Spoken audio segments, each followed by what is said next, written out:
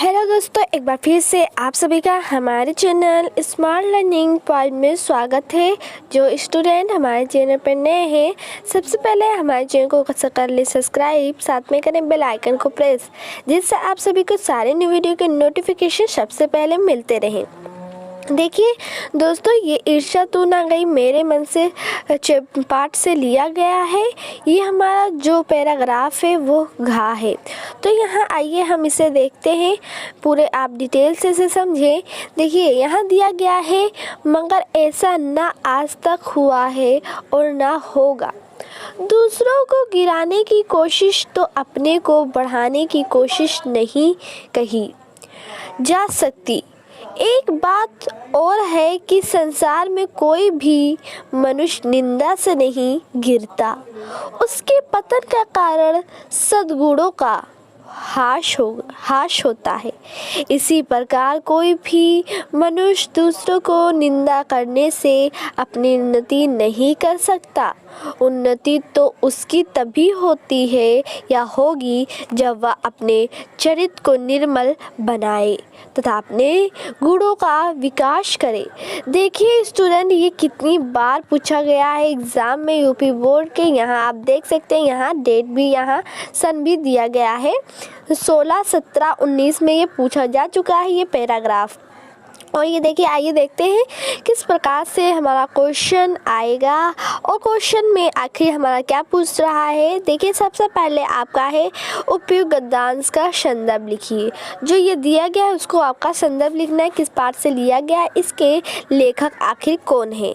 तो आप संदर्भ में लिख सकते हैं कि प्रस्तुत गद्यांश हमारी पाठ्य पुस्तक में संकलित, आप चाहें तो ना लिखें, यही लिख सकते हैं। प्रस्तुत गद्यांश हमारी पाठ्य पुस्तक ईर्ष्या तू ना गई मेरे मन से पाठ से लिया गया है। उद्धृत अगर आपको टफ लग रहा है ये भी नहीं लिख सकते, आप भी चाहें तो ये 2 वर्ड आप ना लिखें, अगर ये टफ है तो ना लिखें। अब देखिए यहाँ है, इसके लेखक राष्ट्रकवि रामधारी सिंह दिनकर जी हैं। तो ये आपका था, क्या था आपका, ये संदर्भ था। अब देखते हैं सेकंड क्या है, रेखांकित अंश की व्याख्या कीजिए। यहाँ जो ये ब्लैक से रेखांकित है उसी की आपको सिर्फ रेखांकित अंशों की ही व्याख्या करनी है। देखिए यहाँ रेखांकित अंशों की हेडिंग डालेंगे, लिखेंगे प्रस्तुत पंक्ति में लेखक कहता है कि यह कटु सत्य है और इसे भली भांति समझ लेना चाहिए।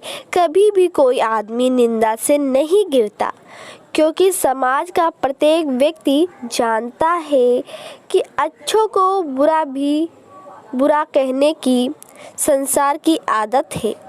व्यक्ति एक ही बात से समाज की नज़रों में गिरता है और वह है उसके सद्गुणों में कमी होना। देखिए फ्रेंड्स, यहाँ अगर आपको थोड़ा सा जैसे ये दिया रहता है, बस इसमें थोड़ा सा ये वर्डों में थोड़ा सा चेंजेस करके अपने शब्दों में लिखना रहता है। कुछ ये टफ नहीं रहता है गद्यांश का, ये बहुत इजी रहता है, आप कर सकते हैं एग्ज़ाम में। देखिए सद्गुणों की कमी होना है, कहने का आशय यह है कि जब व्यक्ति अपने सद्गुणों को त्याग कर सद्गुणों को गले लगाने लगता है तभी उसका पतन होता है। क्या, इसे ध्यान से एक बार फिर से लाइन को देखिएगा।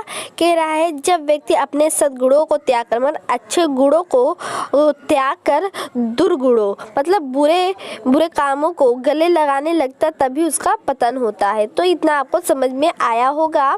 यहाँ भी वही है, जब अपने चरित्र को निर्मल बनाए, अपने गुणों का विकास करे। तो इसी से थोड़ा सा बस आपको चेंजेस यहाँ करना है, बस और कुछ नहीं करना था। अब देखिए थर्ड वाला, यहाँ देखिए कह रहा है कि उपयुक्त गद्यांश के आधार पर निंदा का प्रभाव स्पष्ट कीजिए। तो निंदा का आइए प्रभाव प्रकट करते हैं। यहाँ देख सकते हैं आप कि निंदा का निंदक पर विपरीत प्रभाव पड़ता है। निंदा का निंदक पर विपरीत प्रभाव पड़ता है। लोग समझ जाते हैं कि इसका कोई स्वार्थ सिद्ध नहीं हुआ, इसलिए वह दूसरों को निंदा कर रहा है। जिसका निंदा की जाती है उस पर कोई विपरीत प्रभाव नहीं पड़ता, अपितु उसका लाभ ही होता है, क्योंकि यदि उसमें कोई कमी है तो वह सुधार लेता है। मतलब कुछ ऐसे लोग होते हैं कि अगर आपके अंदर कुछ कमी है, वैसे भी दुनिया में तो हर किसी का आदत ही होता है दूसरों में कमियां निकालना। तो जैसे कोई निंदा करता है, निंदा अगर आपका करता है वो तो क्या कहलाएगा, निंदक कहलाएगा। मतलब आपकी कमियों को वो बताएगा कि आप ऐसे हैं वैसे हैं। तो इससे लोग का स्वार्थ सिद्ध नहीं होगा, उसका कोई स्वार्थ नहीं, बस उसको थोड़ा सा आनंद मिलता है आपकी गलतियों को निकालने के लिए, परंतु आपका लाभ होगा। क्यों? यही यहाँ दे कह रहा है, यदि उसमें कोई कमी होती है तो वह उसे सुधार लेता है। अगर आपको कोई कमी आपका बता रहा है तो आप उसे सुधार सकते हैं। तो आप इतना समझ पाए होंगे कि निंदा का प्रभाव क्या है। अब देखिए यहाँ कह रहा है नेक्स्ट क्वेश्चन, मनुष्य के पतन का क्या कारण होता है। कि वो मनुष्य के पतन मतलब उसके गिरने, आखिर उसके आगे न बढ़ने का क्या कारण होता है, यही आपको यहाँ प्रकट करना है। तो आइए देख लेते हैं क्वेश्चन को। ये दोनों क्वेश्चन साथ ही में देख लीजिए क्योंकि आंसर वो दोनों वहीं साथ ही में बता देंगे। सेकंड वाला है, मनुष्य की उन्नति कैसे हो सकती है और मनुष्य की उन्नति का क्या कारण है, आइए बताया गया है। आइए देखते हैं क्या है क्वेश्चन। मनुष्य के पतन का कारण सद्गुणों का हास है।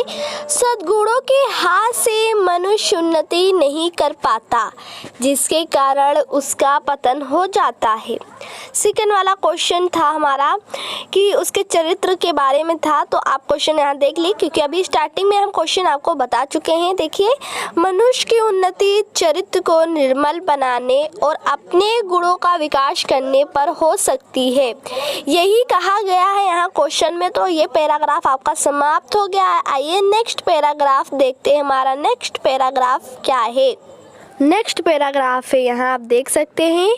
यहाँ देखिए, ईर्ष्या का काम जलाना है, मगर सबसे पहले वह उसी को जलाती है जिसके हृदय में उसका जन्म होता है। मतलब जब ईर्ष्या उन्हीं लोगों को आती है जिसके उसके मन में, हृदय में उसके लिए जगह होता है, जन्म होता है। तो यहाँ देख सकते हैं आप भी ऐसी या ऐसे बहुत से लोगों को जानते होंगे जो ईर्ष्या और द्वेष के साकार मूर्ति हैं और जो बराबर इस चिंता में लगे रहते हैं कि कहाँ श्रोता मिले और अपने दिल का गुबार निकाले का अवसर प्राप्त हो। श्रोता मिलते ही उनका ग्रामोफोन बजने लगता है। मतलब जो ईर्ष्यालु व्यक्ति होते हैं जिनके अंदर ईर्ष्या का गुबार भरा रहता है, वो दूसरों के सामने उसे उगलते हैं, उसे बताते हैं, अपने भावों को प्रकट करते हैं। ईर्ष्याओं को उन्हें बताना ही पड़ता है। यहाँ देखिए, और वे बड़ी ही होशियारी के साथ एक एक कांड इस ढंग से सुनाते हैं, कांड को इस ढंग से सुनाते हैं लोगों को मानो विश्व कल्याण को छोड़कर उनका और कोई ध्येय नहीं हुए। अगर जरा उनके अपने इतिहास को देखिए और समझने की कोशिश कीजिए कि जब से उन्होंने इस सुक्रम का आरंभ किया है तब से वे अपने क्षेत्रों में आगे बढ़े या पीछे हटे हैं। तो आप ये पैराग्राफ था, इसे आप लोगों ने पढ़ा। आइए देखते हैं किस हिसाब से हमारा क्वेश्चन बना हुआ है। तो ये जो पैराग्राफ है 12 और 15 में पूछा गया था, 2012 और 2015 में। अब देखिए, पहला तो क्वेश्चन यही रहता है, संदर्भ जो हमारा गद्यांश उसका संदर्भ लिखना, फिर दूसरा रहता है रेखांकित अंशों की व्याख्या करना। तो आइए इन दोनों क्वेश्चनों को हम यहाँ देखते हैं अच्छे तरीके से।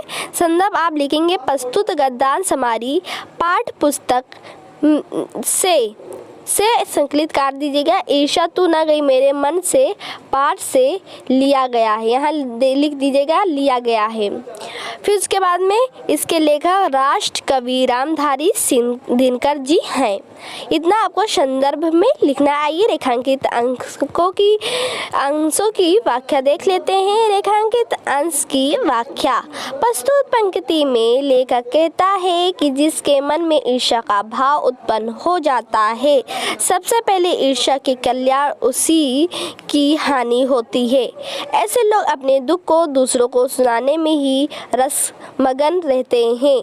ईर्ष्यालु व्यक्ति सर्वव्यापक होते हैं, वे या ये सर्वत्र मिलते हैं। सच यह भी है कि सभी बहुत दुखी व्यक्ति होते हैं, बहुत से ऐसे दुखी व्यक्ति होते हैं, ये सभी बहुत दुखी व्यक्ति होते हैं जो ईर्ष्या, अपने मन में ईर्ष्या के भावों को उत्पन्न करते हैं, ईर्ष्या को जन्म देते हैं। ये ऐसे व्यक्ति होते हैं जो अपनी ज़िंदगी में हमेशा दुखी ही रहते हैं, क्योंकि ईर्ष्या इन्हें दिन रात जलाती रहती है, क्योंकि ईर्ष्या का जन्म उसके हृदय में ही होता है।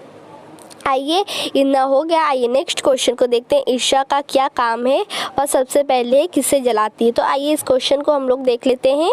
देखिए यहाँ के थर्ड वाला क्वेश्चन आपका था, उसका आंसर यहाँ दिया गया। देखिए, ईर्ष्या का काम जलाना है। जिसके मन में ईर्ष्या का जन्म होता है, ईर्ष्या सबसे पहले उसी को जलाती है।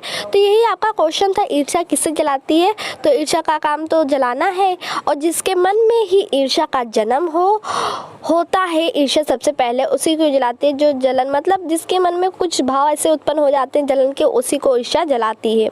तो ये आपका इतना था, पैराग्राफ समाप्त हुआ यहाँ। तो इस वीडियो में इतने ही पैराग्राफ को आपको बताएंगे। नेक्स्ट वीडियो में जब रहेगा हमारा, तो उसमें इंपॉर्टेंट क्वेश्चन भी कुछ हिंदी के करवाने वाले हैं, और इसका पैराग्राफ भी समाप्त सारे कर देंगे। तब तक के लिए इस वीडियो में इतना ही। धन्यवाद।